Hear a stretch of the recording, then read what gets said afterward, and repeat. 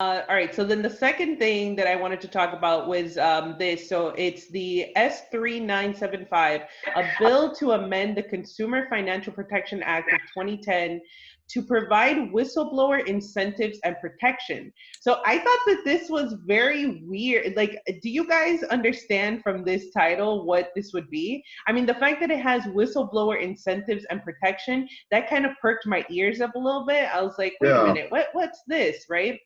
And so I went and I tried to see if there was any sort of legislation already in place, but I didn't. I was not able to find any text or anything. And I tried to see if I could find maybe the video of it being introduced. So before you get to the answer or whatever, yeah.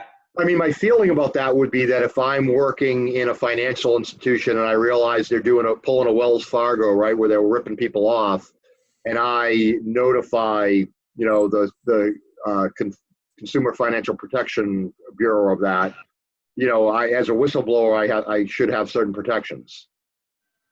Yeah. I mean, I assume that's what this is about. You assume.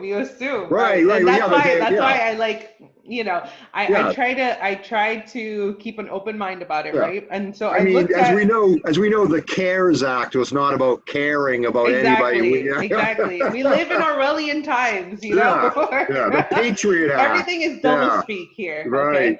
Exactly. That's exactly why that really, caught my attention. So then I looked at who introduced it, right? And it's Catherine Cortez Masto. And I thought to myself, like, I don't really know anything about her, right? And again, this was just introduced on June 17th. There's no sort of text or anything like that. And as of right now, it's got 7 co-sponsors, of which include Jeff Merkley, Elizabeth Warren, and Sherrod Brown, right? And so I started looking at, and whenever Elizabeth Warren is into something, I'm always iffy about it. Okay. Oh yeah. So I looked at the finances for Catherine Cortez Masto, right? And from 2016 to today, she has raised over $2 million, almost $3 million, right? From him, which I think is a lot of money. I mean, sure. I guess, I don't know, in proportion to a Senate race, I'm not sure. Yeah, we usually only talk about the money, around presidential races, so it gets easy to get confused about the dollar amounts for Congress. I think this is a lot of money for a congressman. Right. Congresswoman, right. yeah. And then I looked at the donors, right? Because I wanted to see where does she get her money from. So you have Emily's List, which is essentially, it's like a pro-choice PAC, essentially. Whenever I read Emily's List, I see Hillary's List. They're just they have no problems. Exactly. They have no problems with the warmongers and the establishment. Exactly. They push it. Yeah. Exactly. And she sits on some pretty important, oh man, I had that up earlier, but she sits on these, like the finance committee. She sits on some pretty important boards, right? And so she gets a lot of money also from the League of Conservation Voters, which I think is really great. But what is she gets a lot of money from J Street PAC.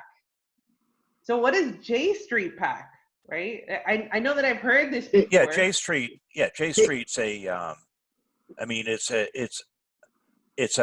they're pro-Israel, but they're critical of Netanyahu, right? Yeah. Oh, okay.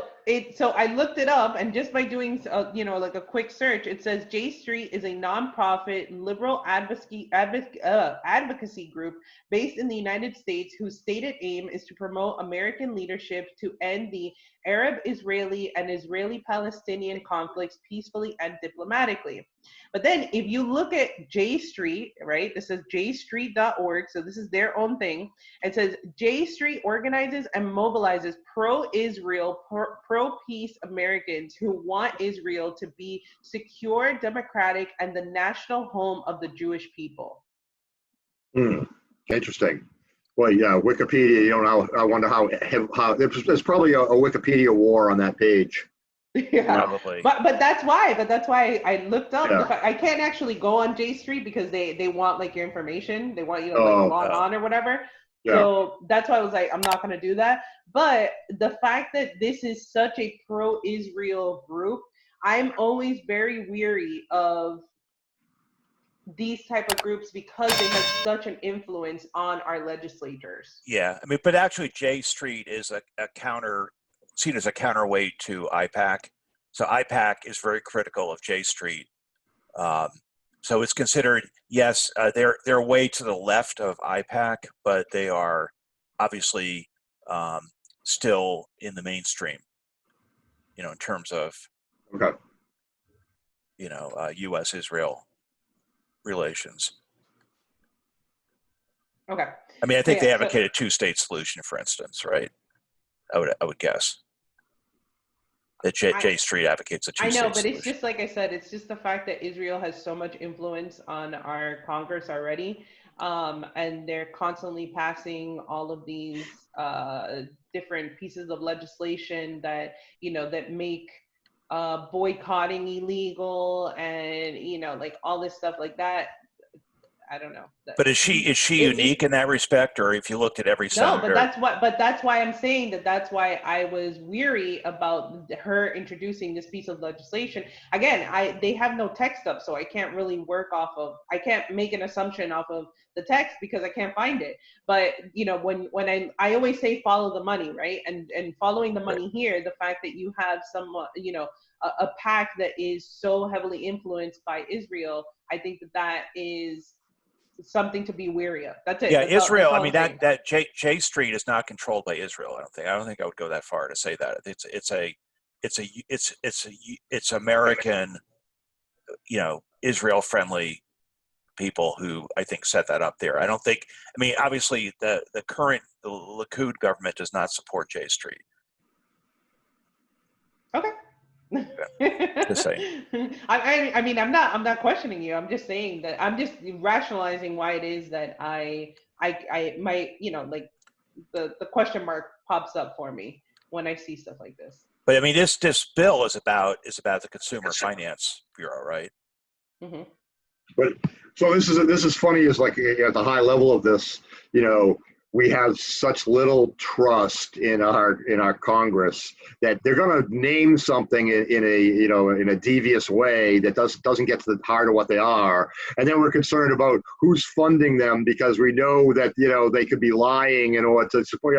So it's just like kind of a wonderful statement on And this raises the state of question our politics. of money in politics, and then everyone always complains, oh, Congress gave themselves another raise, but like obviously the solution would be to give people in Congress a salary commensurate with the cost of living in DC. You can't Hmm. live on $100,000 a year in DC really, and Yeah. give them pay them, even if you pay them $600,000 a year like the president or whatever. I mean, that would be way cheaper in terms of what we actually pay, because of the influence of money, and then ban the influence of private money. So people would just get paid a decent salary, and they didn't get necessarily health care for the rest of their lives, but they got paid decently while they were serving. Then at least, and you've really, really banned private money and enforce that.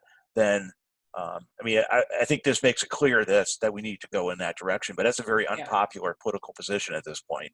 No one's going to support saying we should raise members of Congress's salaries, right? Yeah.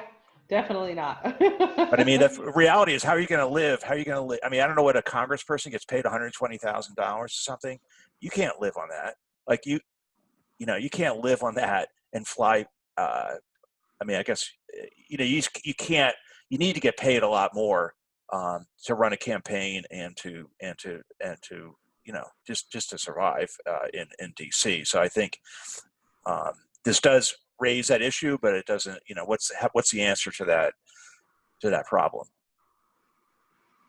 Well, if other people in DC have to live off of minimum wage, then you know what? Maybe that's what our elected officials should also live at, and then maybe that'll give them incentive to actually raise the minimum wage for people. Well, I mean, some of them have responded by doing popular fundraising, and obviously, Bernie started that whole thing with the small contributions, and then Tulsi was able to capitalize on that to some extent as well. So, say you're not going to take any corporate or PAC money, but they're definitely a small minority of members of Congress.